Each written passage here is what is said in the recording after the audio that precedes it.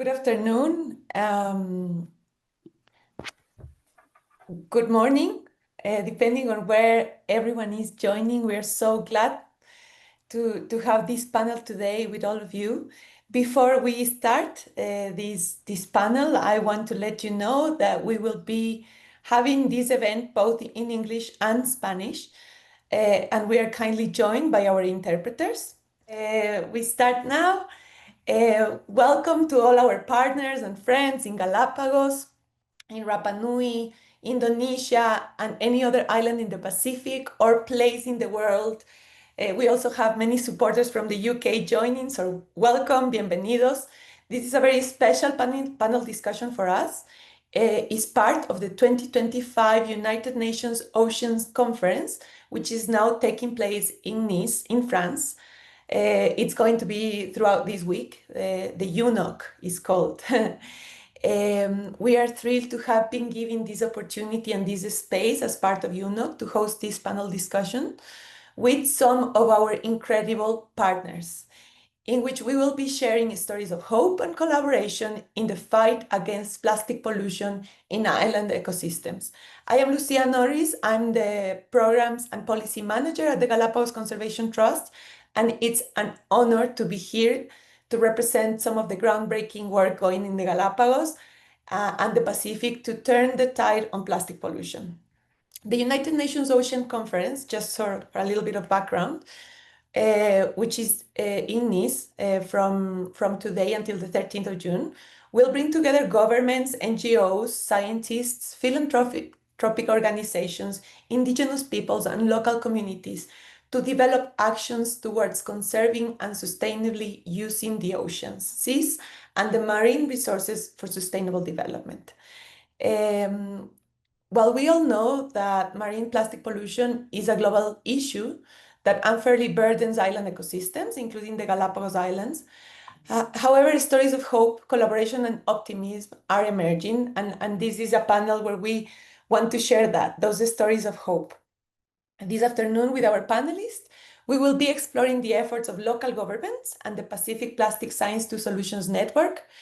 We will also be celebrating something very special, which is the official launch of the Tangaroa Alliance, which is a collective of more than 10 Pacific islands that are uniting to co-design solutions for a healthy ocean and raise voices for a strong global plastics treaty, which will be hopefully finalized in August in Geneva.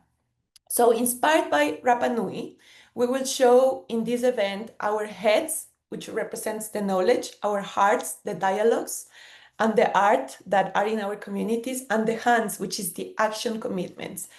And this is the approach that we want to give to this space, and to also to address this global issue. So I would love to introduce to Dr. Jen Jones, who's the CEO of the Galapagos Conservation Trust. Also to Kisi Ika, who's the director of Fundación Ariana Rapa Nui, and to Mariusi Farias, who's the director of the Galapagos National Park. Thank you so much to all of you for joining us. Before I hand over to Jen, I just want to draw your attention to the Q&A box that you should be able to see at the bottom of your screen. Please use this to submit your questions to our panelists, and we will try and get through as many of these as possible at the end. And also at the end, we will be asking everyone to get involved in an interactive activity. We would love to be in the same room with you. And as this is not possible, we want to make the most of the tools that technology give us to be able to feel closer to all of you. So I would like to introduce now to Jen. So please go ahead, Jen. Welcome, bienvenida. Thank you so much, Lucy. Thank you, everybody, for joining us, and a huge thanks to my fellow panel members. We're really honoured to have this lineup today. As Lucy said, it's the first day of a very important event this week, taking place in Nice in France. And we want to make sure that we are raising the voices from these islands across the whole Pacific and for all of the species that really depend on a healthy ocean around them all as well. So delighted to be here with you all. So first thing I'd like to draw your attention to is, in partnership with the Galapagos National Park Directorate, last year we published our 5-year plastic pollution-free Galapagos report. In this report that you can access with this QR code just here, it's also on our website, you can see some of the headlines that, together with a vast amount of collaborators, including Conservation International Ecuador, the Charles Darwin Foundation, University of Exeter, University San Francisco de Quito, and many, many, many more that we'll hear about during these talks. But please take a look at this report if you're interested in finding more details after we give you a summary now. Next slide, please. Thank you. So my key message today is that plastic and other floating pollution does not respect the boundaries of marine protected areas. So there's been some really hopeful progress in the Eastern Pacific in recent years, where protected areas have been extended. There was a huge reason to celebrate in Galapagos when the Hermandad Marine Reserve extension was announced. It was an incredible achievement. But however well we manage the protected waters, we need to ensure that the inputs of plastic pollution are reduced at the top of the supply chain, because even if the fishing taking place is completely sustainable, we have brilliantly managed tourism, this biodiversity will be threatened by the incoming pollution if we don't do something about it quickly. Next slide, please. Thank you. So in the Galapagos Islands, there's been incredible efforts, as I've said, from many partners over the years, led by the Galapagos National Park, to clean up the coastlines as much as can be done with the resources available, and to try and learn as much as we possibly can about the sources of plastics that we find in Galapagos, the impacts on wildlife and on people, so the socioeconomic part of the picture as well. And also to try and come up with some solutions that can be implemented. And that's obviously where we want to keep focusing on in the conversations today and carrying on. But I do think this is particularly shocking that in islands like Galapagos, more than 95% of the plastic on the coastlines is coming from outside of this protected area. So again, we need to be working further upstream. We need to be working on a regional basis. And we will only be able to tackle this problem if we get this global alignment, which again shows why the Global Plastics Treaty and the implementation plans coming from that are really critical for Galapagos, for Rapa Nui, for islands and coastal communities all around the world. Next slide, please. So here's a few of the stats from this report. So as we mentioned, you can download that for free in English and Spanish to find out more information. But just to highlight a couple of points here, almost 70% of the plastic items that we can identify on Galapagos shores are from single-use plastic items. So this shows just how important it is to keep the momentum on reducing the need for single-use items.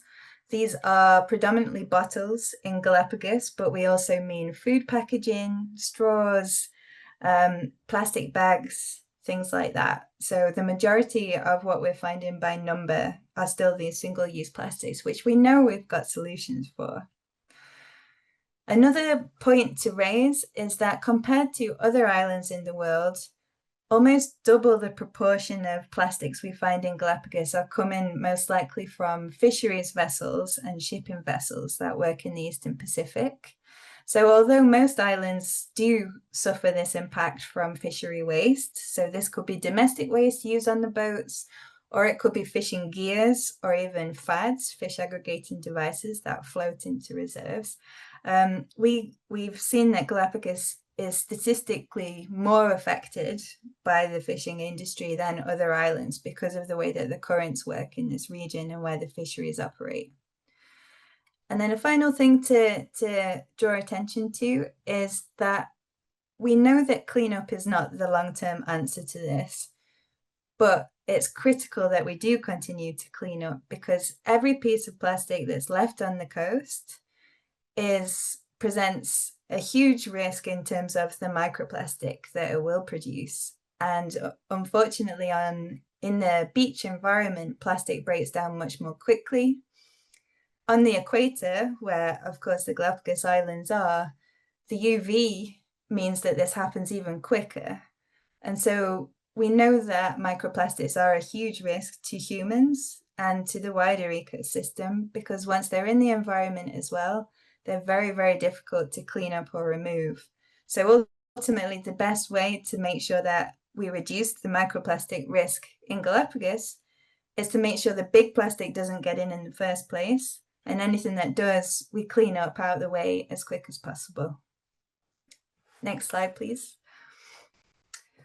So the findings in Galapagos were very shocking, and we realized that we needed to look to a regional scale to be able to start tackling this issue. So in 2021, we started the Pacific Plastic Science to Solutions Network.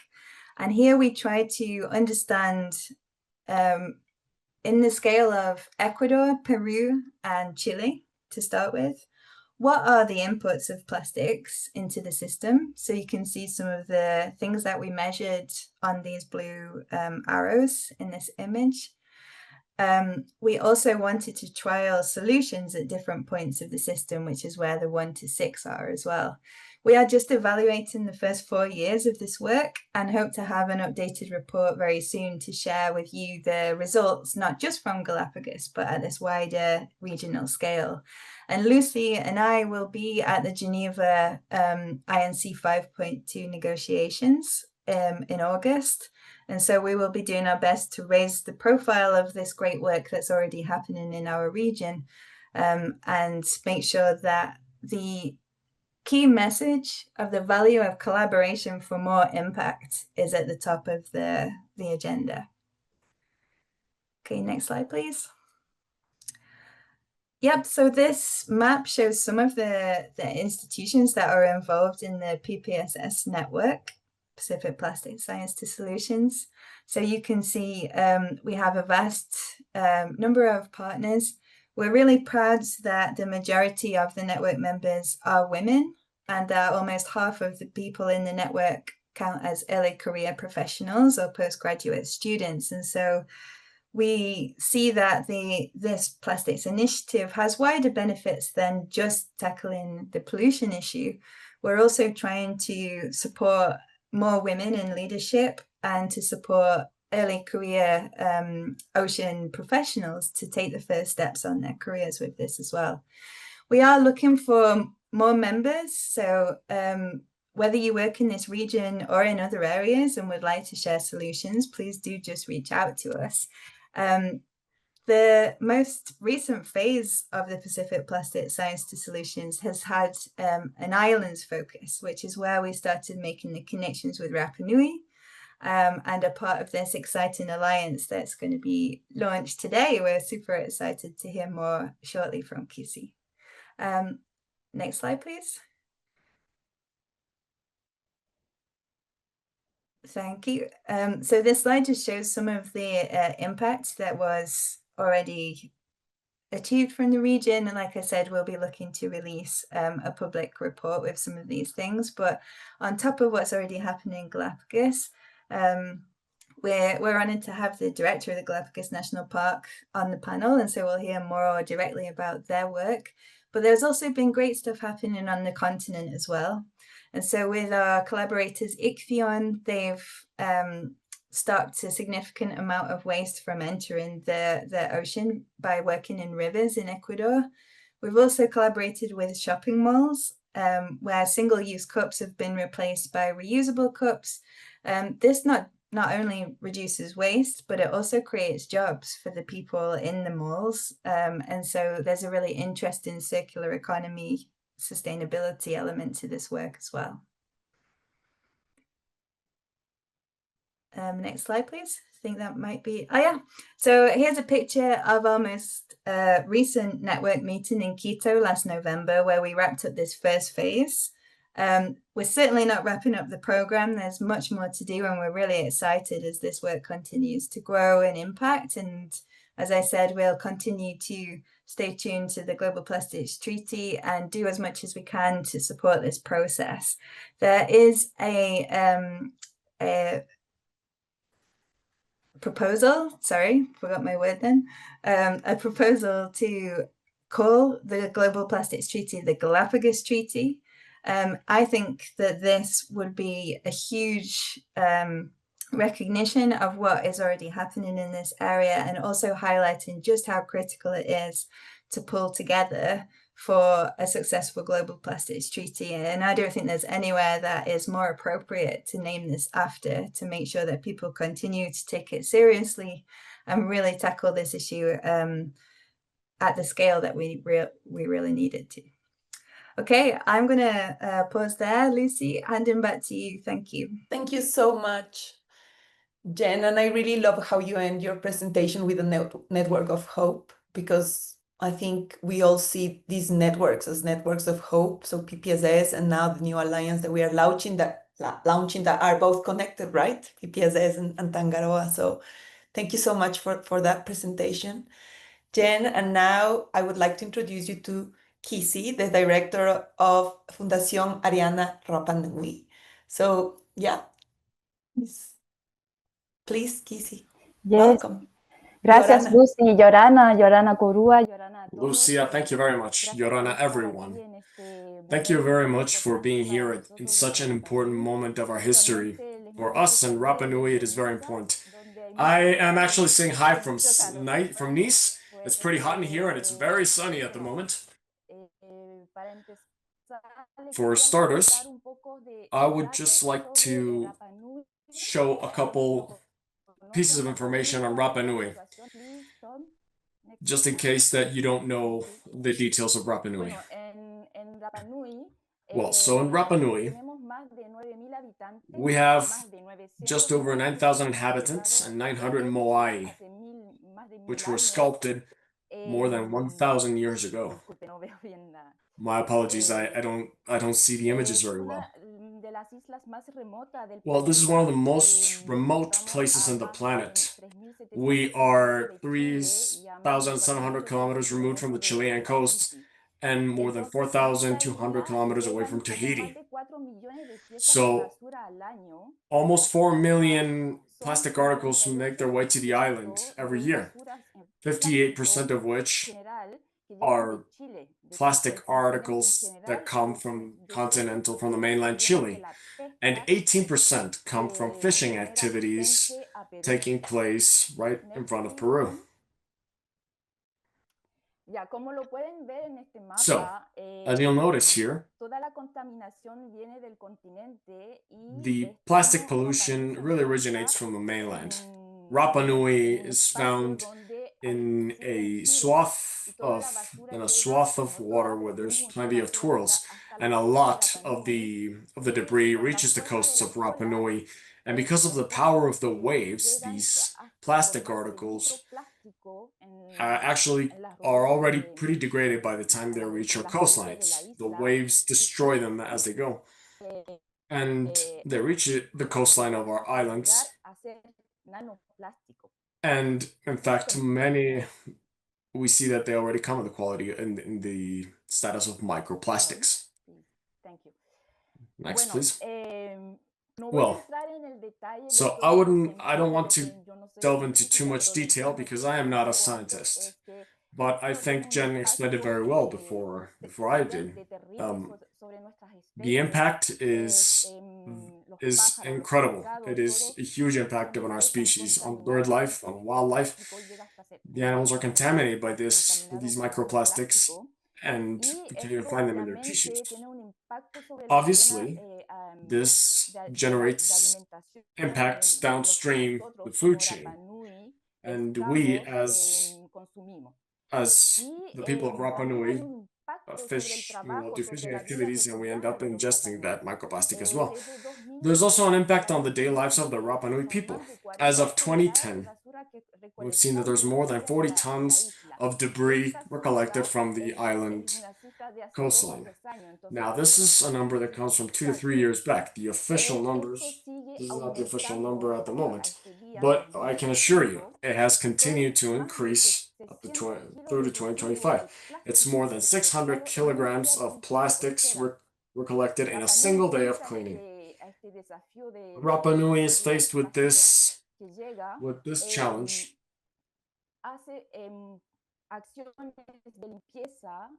And to address it, they have developed cleaning sessions and activities in the islands.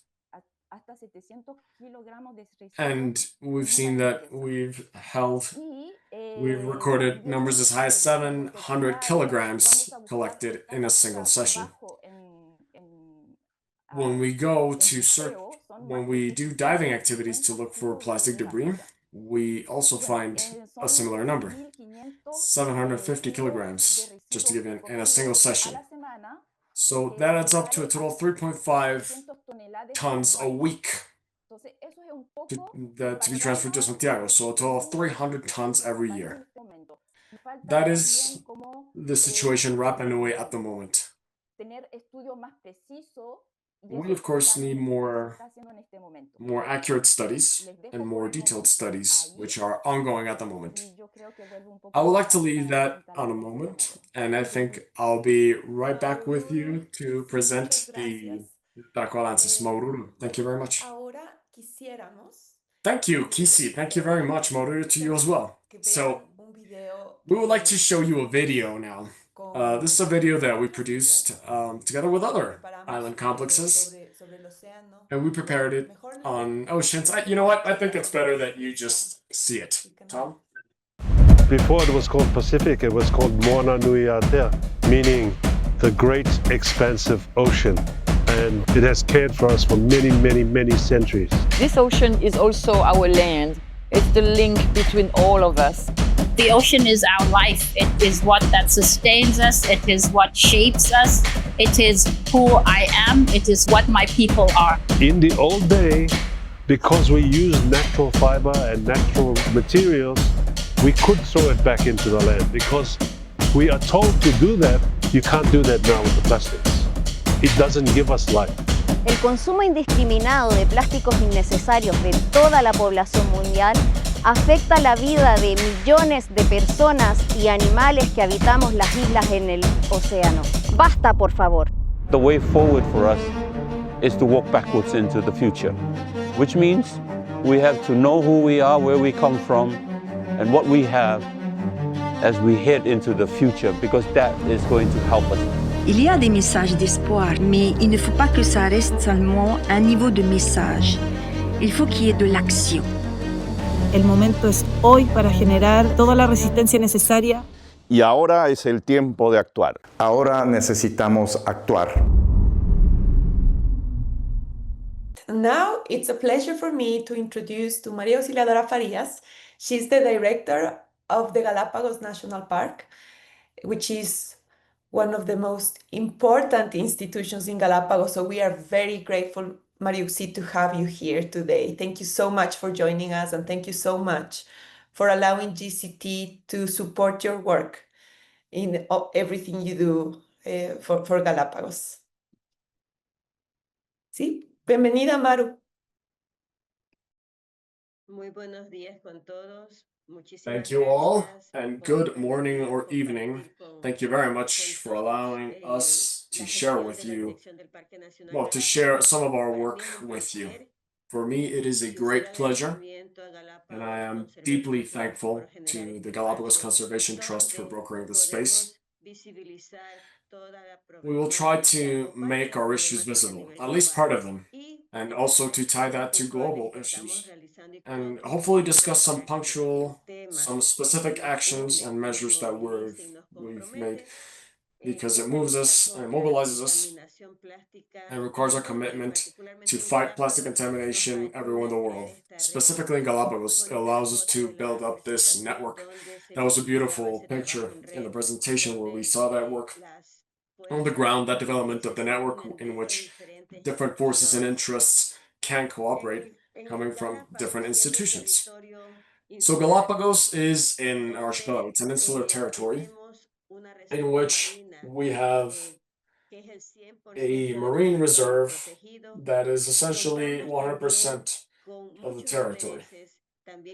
There's plenty of interests regarding its use. We have tourism, the tourism industry, the fishing industry, and as my co-panelists said before, Galapagos is hit by 4 different marine currents.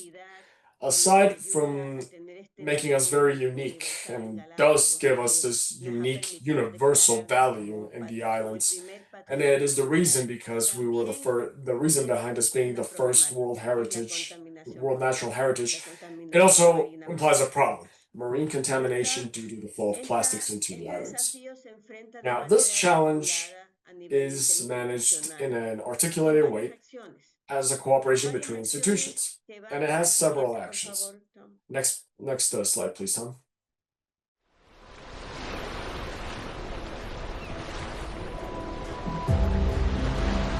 Galápagos es un lugar especial. Sus especies de flora y fauna únicas en el mundo lo convierten en un paraíso terrenal que debe ser conservado. Su ubicación estratégica en medio de la confluencia de 4 corrientes marinas trae abundancia de alimento para las especies que encuentran en Galápagos su hogar y su refugio. Pero esas mismas corrientes que convierten a Galápagos en un sitio tan único arrastran consigo gran cantidad de basura que contamina el frágil ecosistema. Por ello, desde 1996, la Dirección del Parque Nacional Galápagos, con el apoyo de voluntarios, implementa acciones de limpieza costera para mitigar el impacto que los desechos generan sobre el ambiente. Sin embargo, la problemática fue aumentando paulatinamente, por lo que desde el año 2017 se ha convertido en un programa permanente sostenido en aliados estratégicos como Conservación Internacional y Galapagos Conservation Trust. Este programa ahora incluye varios viajes al año hacia sitios remotos del archipiélago que por su ubicación se han convertido en puntos críticos de intervención. En estas salidas, los guardaparques y voluntarios recorren grandes extensiones en diferentes islas e islotes y recogen la basura marina que en su mayoría son elementos plásticos. A bordo de la embarcación, la basura se clasifica y se pesa, y a su regreso a los puertos poblados se entrega a los gobiernos municipales para su disposición final. Ahora, el nuevo enfoque de la autoridad ambiental es generar información técnica sobre esta problemática para enfrentar el problema y tomar decisiones basadas en el conocimiento científico. En cada viaje se registran datos importantes que nos han permitido crear una línea base con la cual se han diseñado modelos de los posibles recorridos y determinar la potencial procedencia y distribución en el archipiélago. Somos uno de los archipiélagos volcánicos mejor conservados del mundo. Mantener Galápagos para siempre requiere del aporte de todos los habitantes del planeta. Queremos marcar la diferencia y establecer en la memoria colectiva la urgencia de un cambio en nuestros hábitos de convivencia, porque lo que hacemos en nuestro espacio cuenta.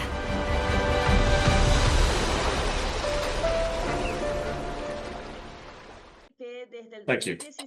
And so, for that reason, as of 2017 and up to the present date, we've done an intervention in 10 islands affected by the accumulation of oceanic debris. We have effectively collected more than 100 tons of ocean-bound debris through the coastline and shoreline river collection in more than 146 sites. If you look at the map, those red dots show the most important sites for cleaning. Next one, please. And so, as we said before, not only is this a matter that is relevant to the park, this is an issue for everyone, as well as the Galapagos community. Here we see how different groups of citizens, and there's plenty of community collaboration groups that pitch into this activity under the leadership of the national park. Next one, please.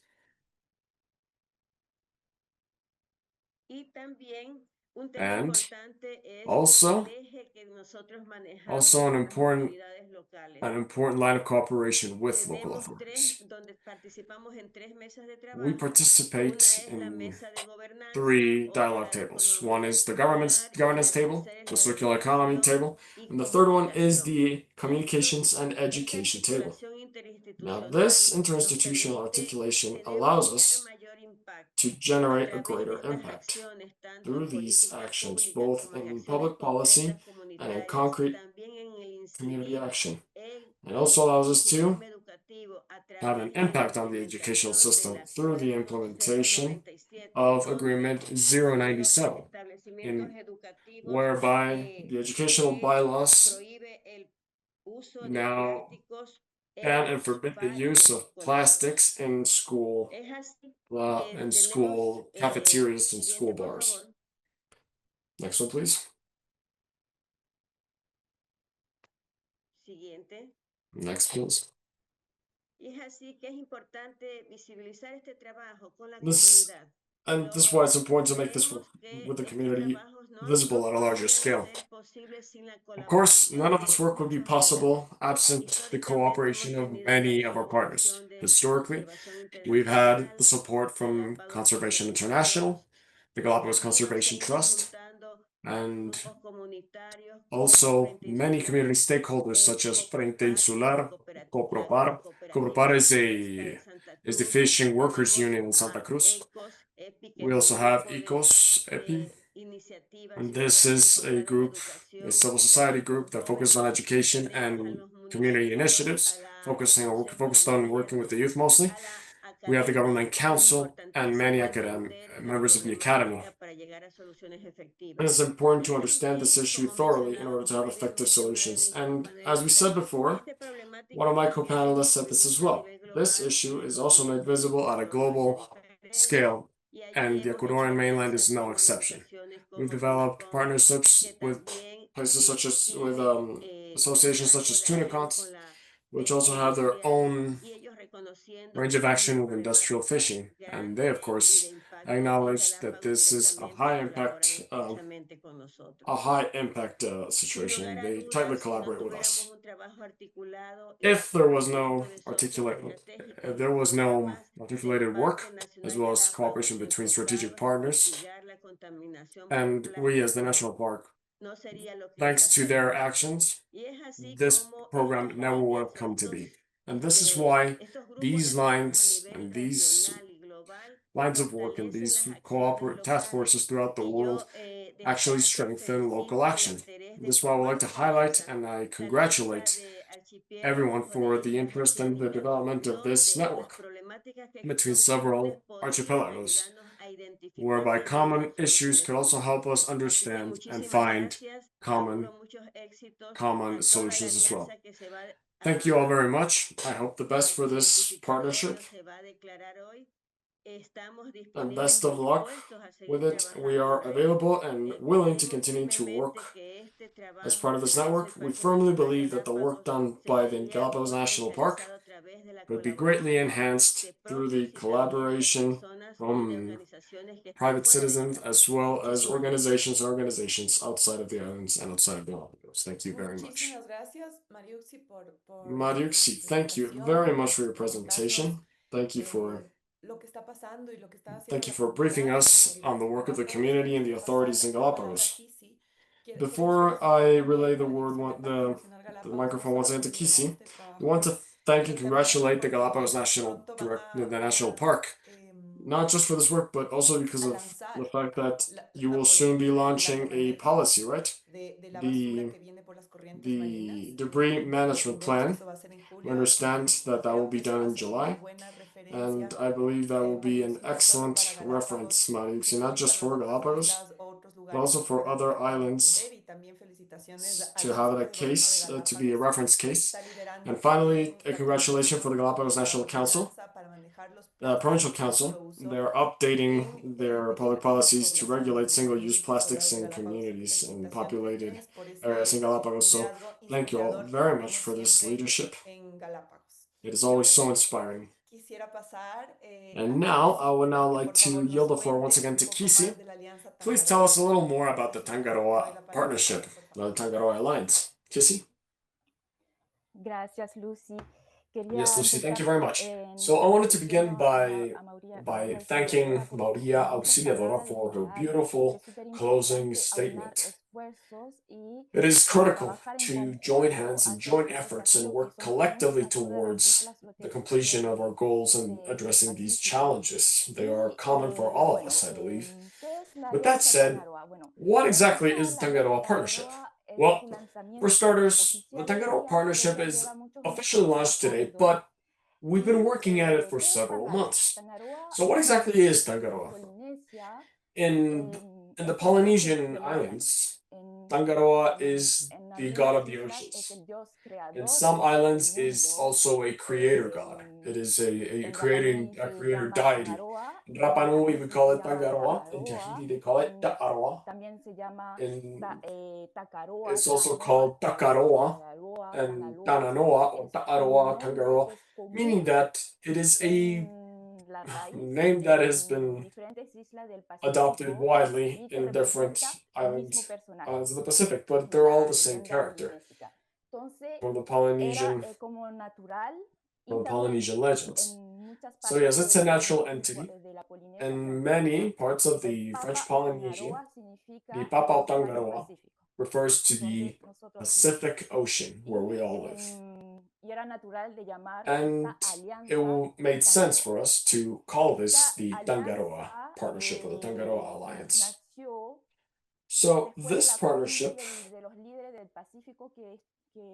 was developed after the Pacific Leaders Summit in April of 2024 in Rapa Nui, in which more than 100 different stakeholders met on a single island to talk about the same issue, protecting the ocean,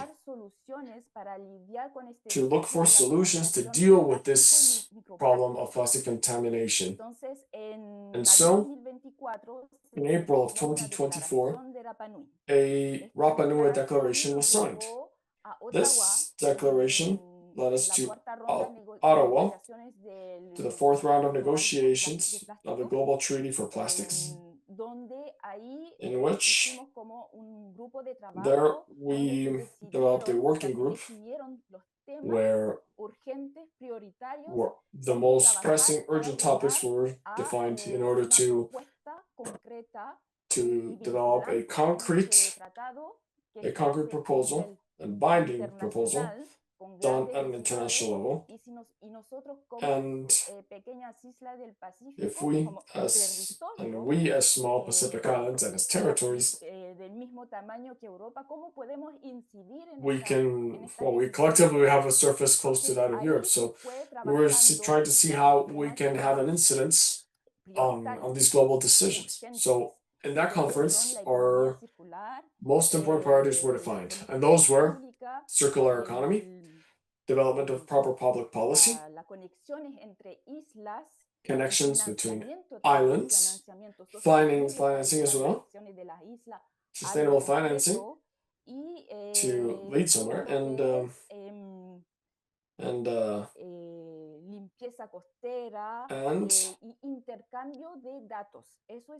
of course, shoreline cleaning and exchange of information, exchange of knowledge and data. That is, of course, critical in order to advance. Next slide, please. Thank you. After defining all of these topics and after breaking down the actions in this working group that lasted from September through November, we defined the main topics of interest. Sorry, I'm losing my stream of thought here. Meanwhile, Rapa Nui participated in different summits. For example, in June 10th in Hawaii, in Maui, and then in August of 2024 in Galapagos, where we had an interinsular agreement signed in Galapagos, Rapa Nui and Juan Fernandez. and we had representatives from Galapagos, Rapa Nui, and Rapa Nui. So all of this essentially developed a spiritual bond between our islands in order to advance with this work. It wasn't called the Tangaroa Alliance back then, but it was decided that it needed to be called the Tangaroa Alliance. Now, at the same time, we also raised awareness as part of the French Polynesia Congress. Representatives from all the French Polynesian islands sent their representatives, and we're there to raise awareness on the circular economy model that we developed in Rapa Nui, the concrete actions in Rapa Nui together with the community. That in Rapa Nui refers to a different way of thought. It's Rapa Nui is very different from Polynesia. In Polynesia, they expect things to come from the state.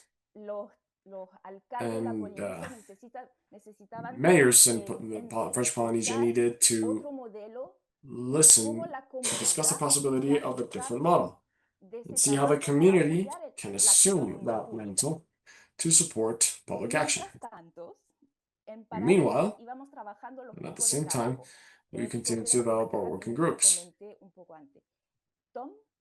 So, Tom, can we please So, in September and through to November, always with the aim of reaching INC 5 in Busan, we developed these 5 lines of discussion and we proposed 2 concrete urgent actions. And that was to develop a policy brief, to develop a public policy that united the voices of the Pacific. And we had people from other 10 islands to call upon, to make a call so that this treaty reaches something solid, something robust. We supported this policy brief, and in November, in Busan, it was then officially integrated into this negotiation process. Meanwhile, we had a whole sensitization awareness campaign in Panama and online. And also, I think it was in several places. It was in Panama, it was in the United Kingdom. It's part of the same partnership, of the same alliance. It's not just the people who live in the Pacific. It's also the friends and the close relations of those who live in the Pacific. Next, Tom.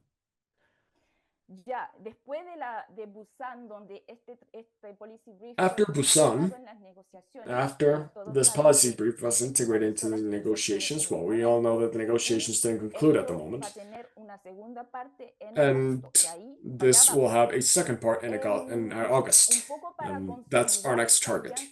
So, in order to consolidate this partnership and to develop a legal standing, we contacted Fundación Ariana. We have 3 leaders in this foundation.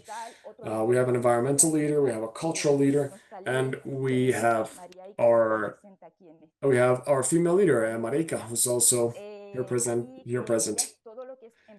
And they represent our female leadership. And from the Mujer Activa Foundation has developed an eco-traveling seal, which is a great initiative that is about to be launched. So if you're more interested in more details, you can go look them up in our website. And so we're now at UNOC 3, introducing this partnership, and I would like, because both Lucia and Jen mentioned that you were going to be present in the next INC 5. I wanted to ask a question to you.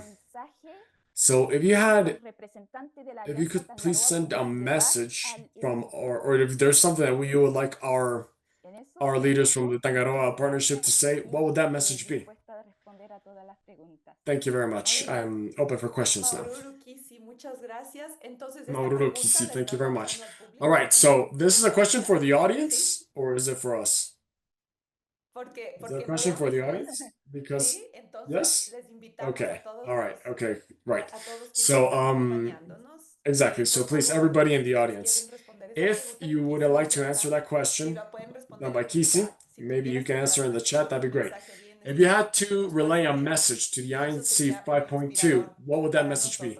I think that would be greatly inspiring for us while we prepare for INC 5.2. Garner inspiration from your words and ideas.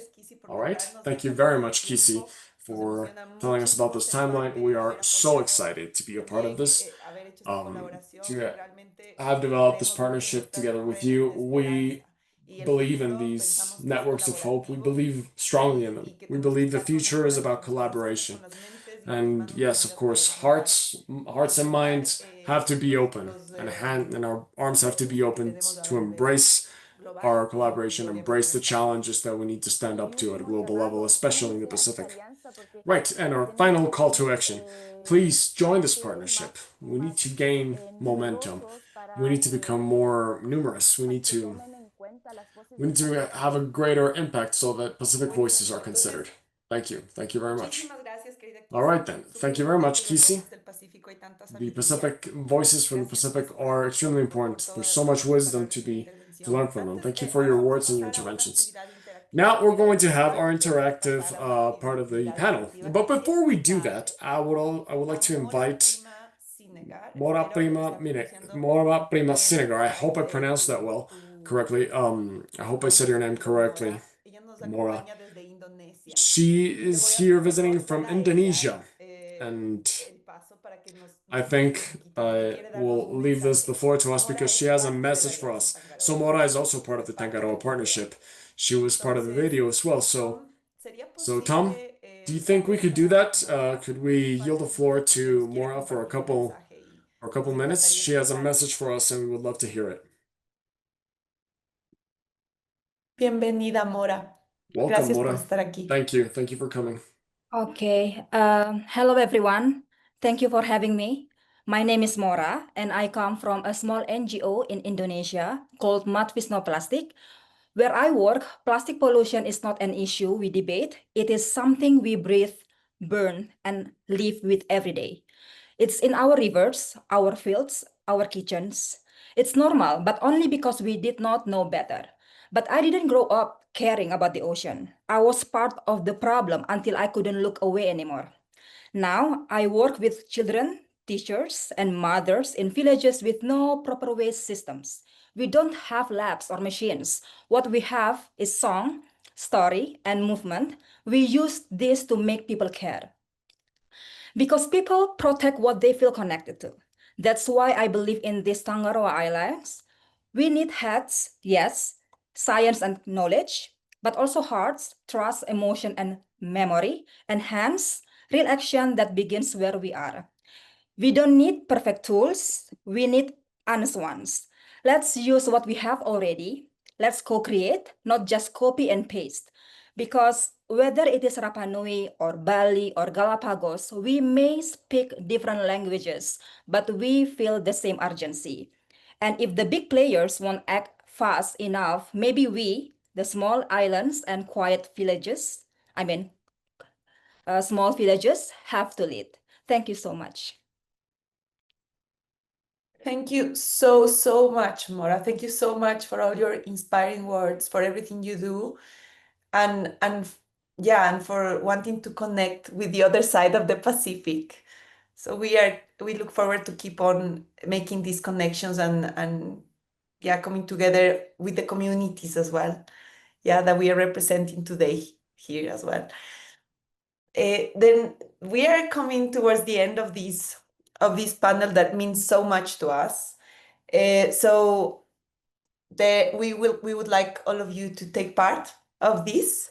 So if you can please, Tom, thank you so much. And thank you so much, by the way, to Tom and Hannah, who are the amazing comms team behind everything today and in everything we do in GCT. Thank you so much because they support the Tangaroa Alliance and everything as well. So can we maybe put the QR code again, because maybe some couldn't see the QR before. Is it possible to present the QR code?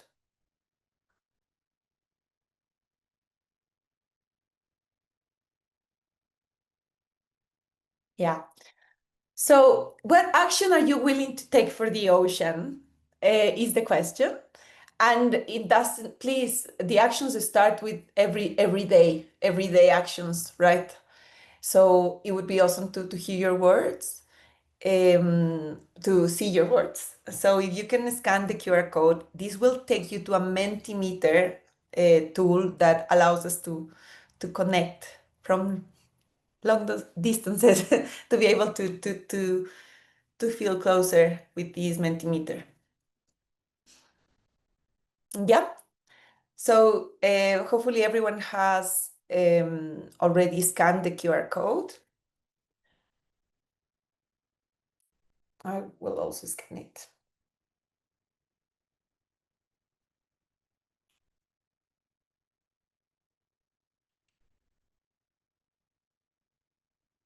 Thank you so much. Tom, maybe can we go now to the Mentimeter page to see what ideas are coming up?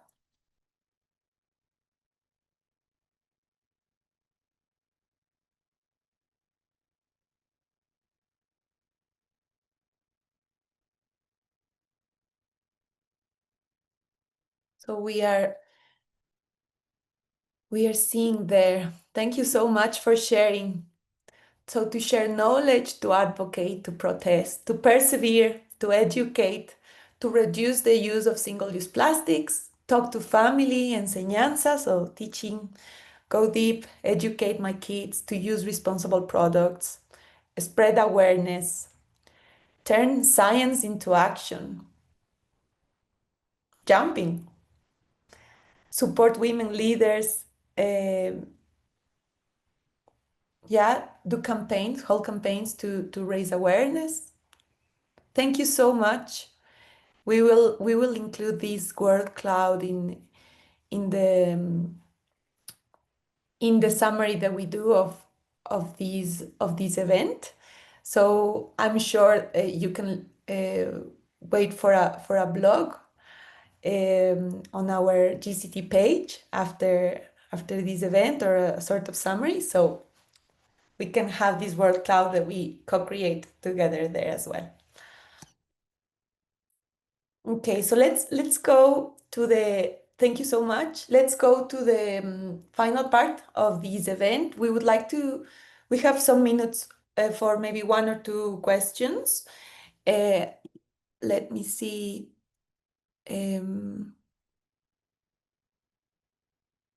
Okay, so there's one question from Ana Gutierrez in the Q&A box that says, the systems de deposit. Okay, I'll say it in Spanish because it is in Spanish. Los sistemas de depósito. So deposit systems. Do you believe that deposit and return systems is one of the solutions that is most effective and directly applicable in order to support reutilization and prevent the use of single-use plastics? Would anyone like to comment on reuse systems and deposit and return systems? That's an open question.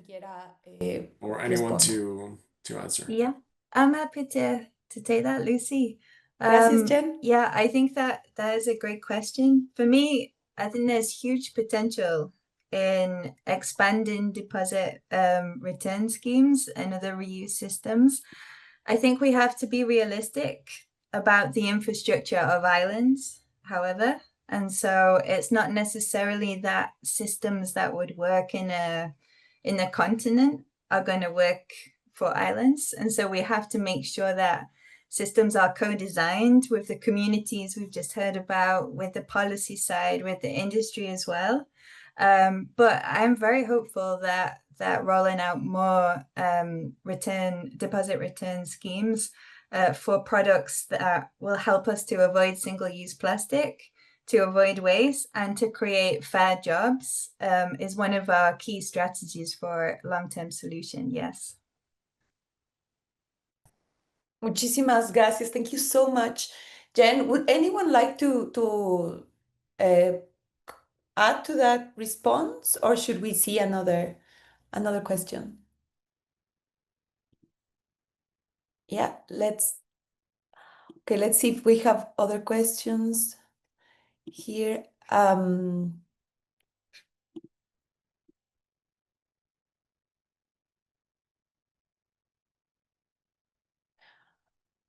Okay, I have one for Mariuxi. Mariuxi, the Galapagos National Park has been instrumental in efforts to eradicate marine plastic pollution in Galapagos. What do you envision the Galapagos Islands looking like in 30 years if we continue our collaborative efforts? This is one from us.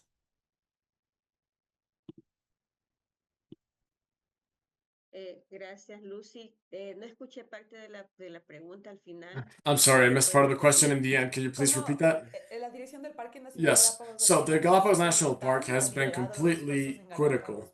They have led all efforts in Galapagos to, stand up to plastic pollution, especially in the shorelines, but they have also had great impact in populated areas. So how do you envision Galapagos in 30 years if we continue to work in this way from the basis and from the grassroots and up to authorities to prevent and face public pollution in the archipelago?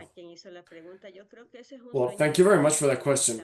Look, I think it is our collective dream for anyone conservation to see that gone. This is a present threat that needs to be approached and attacked from several fronts. And you said it very correctly, Lucy. I mean, we have to have a front in governance, another one in the community, the citizenry. And we see more and more articulated taking place. This is why we're saying baseline, we're generating technical information.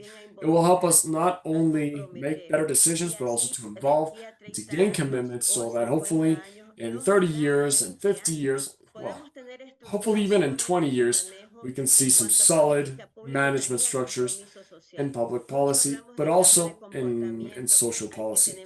We continue to talk about behavioral change, and that doesn't happen in 5 years. That doesn't even happen in 10 years. We need to develop strong policies with incentives and counter incentives because what we understand that in Galapagos we have a policy mentioned by our Giuseppe Harcourt. We don't use plastic bags for shopping. We use cloth bags, but in mainland Ecuador we do use plastic bags. So this is a countrywide challenge and a region-wide challenge. Local action should be replicated at a regional and a national level. And this is something that we want to see happen in Galapagos, that these local actions are replicated, that they are applicable, and that they are set and based in public policy. That only then it will become sustainable. Thank you very much, Maru. Thank you for your words. So, yes, there needs to be grassroots action, local, regional, national, and international level actions. Thank you very much for that. Unfortunately, we have hit our time limit. Thank you for remaining in the room. But we now have to close because we are out of time. But we want to thank you all, especially our wonderful co-panelists for coming here. Thank you all very much to all of the participants at the event for collaborating with us and for following up on this panel. Thank you to the interpretation team and also Tom and Hannah. Once again, thank you both so much for your support and dedication. And please, if you are at UNOC at the moment, if you're at Nice in France right now, we'd love to meet up. We would love to meet you all. GCT is there. Kisi from Fundación Ariana is right there. We would love to meet. So hit us with a message, and also the recording of this event will be uploaded to the GCT YouTube channel. Thank you all very much. With that said, goodbye all. I hope that we can continue to connect with all of you in future events. I hope you have a wonderful day, and as Kissy would say, Maururu, right? Thank you very much.